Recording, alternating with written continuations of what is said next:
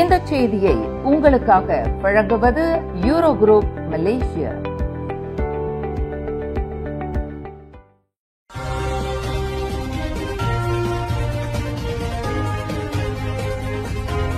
வணக்கம். திசைகளின் 5 மணி செய்திகள். பிணைய உள்கட்டமைப்பை மேம்படுத்த பயனர் தரவுகள் பெறப்படும்.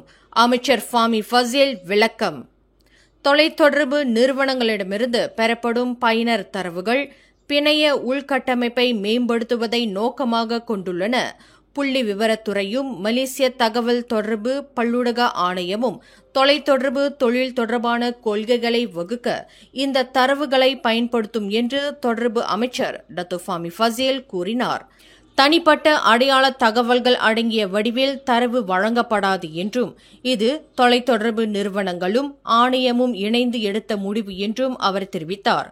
முன்னதாக தொலைத்தொடர்பு நிறுவனங்கள் பயனர் தரவுகளை சமர்ப்பிக்க அரசு உத்தரவிட்டதாக கூறப்படுவது குறித்து மாசிசா தலைவர் டத்தோஸ்ரீ டாக்டர் வி காசியோங் தனது கவலையை வெளிப்படுத்தியிருந்தார் என்பது குறிப்பிடத்தக்கது. வீட்டு விலையில் இந்திய முஸ்லிம் சமூகத்திற்கு அண்மையில் அறிவிக்கப்பட்ட 5 விழுக்காடு தள்ளுபடியை அனைத்து சமூகத்தினருக்கும் விரிவுபடுத்த மாநில அரசு வழிவகை செய்து வருவதாக கூறியுள்ளார் பினாங்கு முதலமைச்சர் சோ கொன்யோ. இந்த தள்ளுபடி அனைத்து தரப்பினருக்கும் நீட்டிக்கப்பட வேண்டும் என்ற கருத்தை பெற்றதாகவும் இது வீடமைப்பு துறையை புத்துயிர் பெற செய்யும் என்றும் அவர் தெரிவித்தார். வீடு வாங்கும் அனைவருக்கும் தள்ளுபடியை வழங்கும் வகையில் கொள்கையை மேம்படுத்த மேம்பாட்டாளர்களுடன் இணைந்து வீட்டு வசதி சுற்றுச்சூழல் தொடர்பான மாநில ஆட்சிக்குழு உறுப்பினர் எஸ் சுந்தர்ராஜு செயல்படுவார் என்று சோ கூறினார். இந்த முயற்சி அனைவரையும் உள்ளடக்கியதாக இருக்கும் என்றும் சமூக நீதியின் கொள்கைகளுக்கு ஏற்ப இருக்கும் என்றும் அவர் மேலும் குறிப்பிட்டார். உடல் நல காரணங்களாலும் வேலை காரணமாகவும் தேசிய சேவை பயிற்சி திட்டம் PLKN 3.0 206 பேர் தங்களால் கலந்து கொள்ள முடியவில்லை என தெரிவித்துள்ளனர். தேசிய சேவை சட்டம் 2003 கீழ் அவர்கள் அனைவரும் கட்டுப்பட்டுள்ளதாக தற்காப்பு துணை அமைச்சர் அட்லி ஜஹாரி கூறினார். சரியான காரணமின்றி கலந்து கொள்ள தவறியவர்கள் மீது நடவடிக்கை எடுப்பதற்கு முன் அவர்கள் அளித்த காரணங்கள் முழுமையாக ஆராயப்படும் என்றார். தேவைப்பட்டால் மட்டுமே சட்டப்படி நடவடிக்கை எடுக்கப்படும் என்றும் அவர் தெரிவித்தார். பினாங்கு முன்னாள் முதலமைச்சர் லிம் குவான் எங் தனது குரலையும் உருவத்தையும் போலியாக பயன்படுத்தி முதலீட்டு மோசடிகளுக்கு பரப்பப்படும் போலி AI காணொளிகள் குறித்து பொதுமக்களுக்கு எச்சரிக்கை விடுத்துள்ளார். ஒரு காணொளியில் தான் முதலீட்டு திட்டங்களை ஆதரிப்பதாக காட்டப்பட்டதாகவும் ஆனால் அது செயற்கை நுண்ணறிவு தொழில்நுட்பத்தால் உருவாக்கப்பட்ட ஒரு போலி காணொளி என்றும் லிம் தெளிவுபடுத்தினார். தான் ஒருபோதும் எந்த ஒரு முதலீட்டிலும் ஈடுபடுமாறு யாரையும் கேட்கவில்லை என்றும் தான் அரசியலில் மட்டுமே ஈடுபட்டிருப்பதாகவும் அவர் கூறினார்.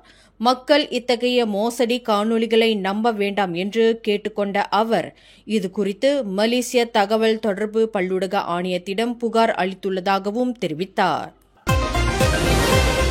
PKR கட்சியின் இளைஞர் அணி இளைஞர்களுக்கு வழிகாட்டியாகவும் உண்மைக்கு காவலனாகவும் செயல்படும் என உறுதியளித்துள்ளார் அதன் செயற்குழு உறுப்பினர் N. கோபிராஜ். தவறான தகவல்கள் இளைஞர்களை தவறாக வழிநடத்துவதை தடுக்கவும் உண்மைக்கு பாதுகாவலனாக செயல்படவும் தாங்கள் கடமைப்பட்டுள்ளதாக அவர் கூறினார். இளைஞர்களின் குரல் கொள்கைகளிலும் திட்டங்களிலும் பிரதிபலிக்க வேண்டும் என்பதே தங்களின் முக்கிய நோக்கம் என்றும் அவர் தெரிவித்தார். வேலைவாய்ப்பு, கல்வி, மனநலம், வாழ்க்கை செலவு போன்ற முக்கிய பிரச்சினைகளில் கவனம் செலுத்தப்படும் என்றும் கோபிராஜ் மேலும் கூறினார். தேசிய நீர் சேவைகள் ஆணையம் ஸ்பான் மூலம் மத்திய அரசு இந்த ஆண்டு நாடு முழுவதும் நீர் விநியோக அமைப்பின் திறனை மேம்படுத்த 796.4 மில்லியன் ரிங்கெட் ஒதுக்கியுள்ளது. இந்த ஒதுக்கீடு சபா, சரவா, கிளாந்தான், கிடா உள்ளிட்ட பல்வேறு மாநிலங்களில் நீர் விநியோக திட்டங்களை செயல்படுத்த உதவும் என்று துணை பிரதமர் டத்தோஸ்ரீ ஃபடிலா யூசுப் கூறினார். இவ்வாண்டு மே மாதம் நிலவரப்படி நாடு முழுவதும் 28 நீர் விநியோக திட்டங்கள் செயல்படுத்தப்பட்டு வருவதாகவும் இவற்றில் 7 திட்டங்கள் இந்த ஆண்டு நிறைவடையும் என்றும் அவர் தெரிவித்தார். பருவமழை மாற்றத்தால் ஏற்படும் வறண்ட காலநிலையை எதிர்கொள்ள நாடு தயாராக இருப்பதாகவும் நீர் இருப்பு பாதுகாப்பான அளவில் இருப்பதாகவும் அவர் மேலும் குறிப்பிட்டார்.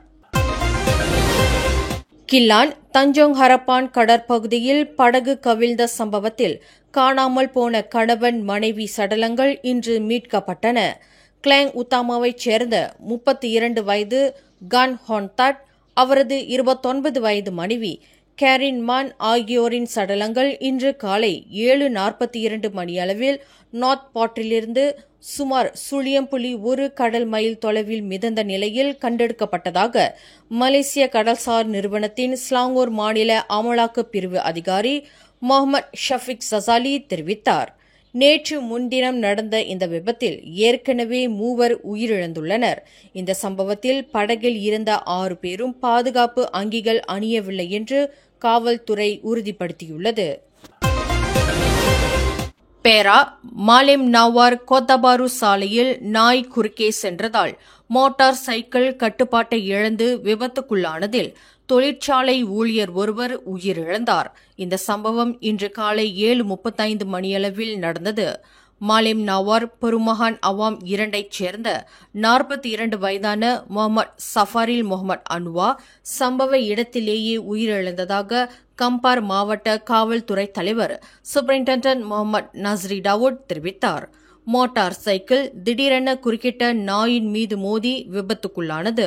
இந்த சம்பவம் தொடர்பாக மேலும் எந்த வாகனமும் சம்பந்தப்படவில்லை என்றும் குற்றவியல் கூறுகள் எதுவும் கண்டறியப்படவில்லை என்றும் தொடக்கக்கட்ட விசாரணையில் தெரியவந்துள்ளது. மேலும் செய்திகளை தெரிந்து கொள்ள கீழே இருக்கும் பெல் பட்டனை அழுத்துங்கள். உங்கள் மகிழ்ச்சியை வெளிப்படுத்த லைக் மற்றும் ஷேர் செய்யுங்கள். தொடர்ந்து திசைகளோடு இணைந்திருக்க சப்ஸ்கிரைப் செய்யுங்கள்.